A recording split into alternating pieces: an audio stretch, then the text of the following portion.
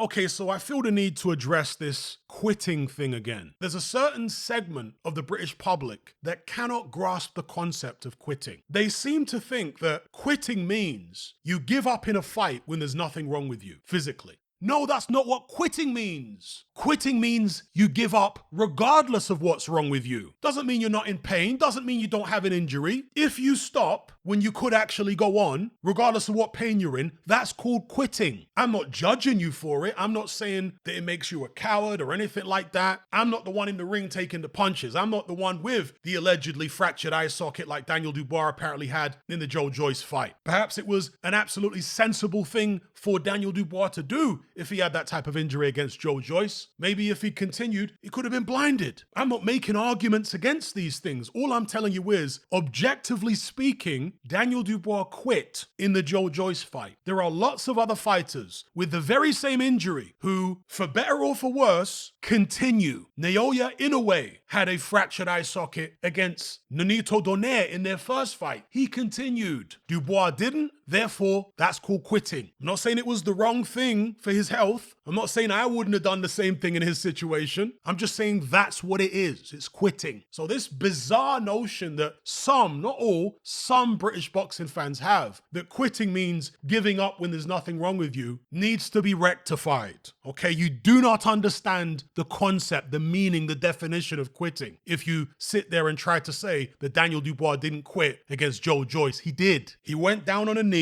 and sat out the count. That's called quitting. It's just this strange thing in Britain where some people just can't grasp the concept of what quitting is.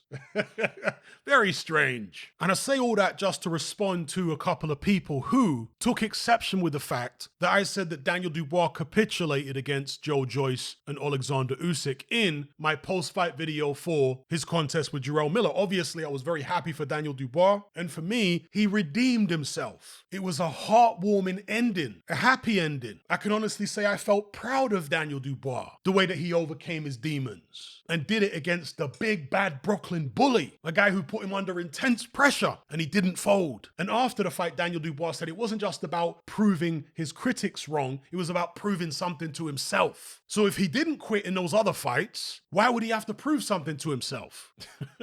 Anyway, just a little bugbear of mine. Thought I'd clear it up. Leave your comments below.